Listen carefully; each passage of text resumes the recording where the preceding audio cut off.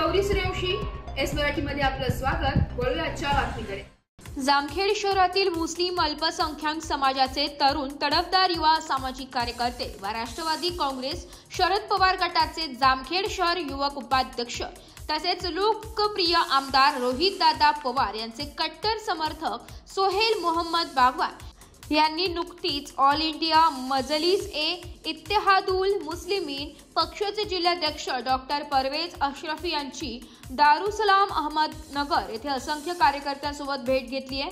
याप्रसंगी all India Majlis Ittehadul Muslimeen पक्षाच्या अहमदनगर जिल्हाध्यक्ष यांचा डॉक्टर परवेज अशरफी यांचा जामखेड येथील युवा कार्यकर्त्यांनी सन्मान केलाय।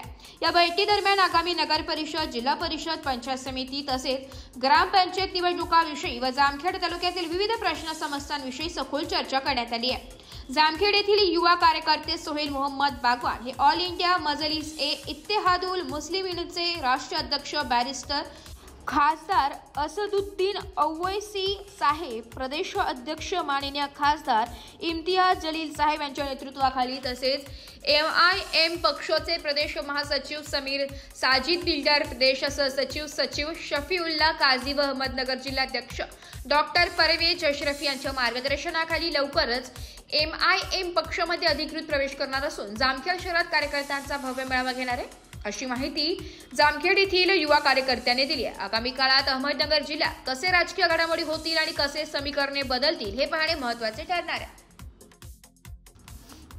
एस मराठी न्यूज साठी जिल्हा प्रतिनिधी रिजवान बागवान, अहमदनगर। अशाच नवीन ताज्या घडामोडी जाणून घेण्यासाठी आमच्या एस मराठी न्यूज चॅनलला लाईक करा, शेअर करा, सबस्क्राइब करा आणि बेल आयकॉनला क्लिक करायला विसरू नका।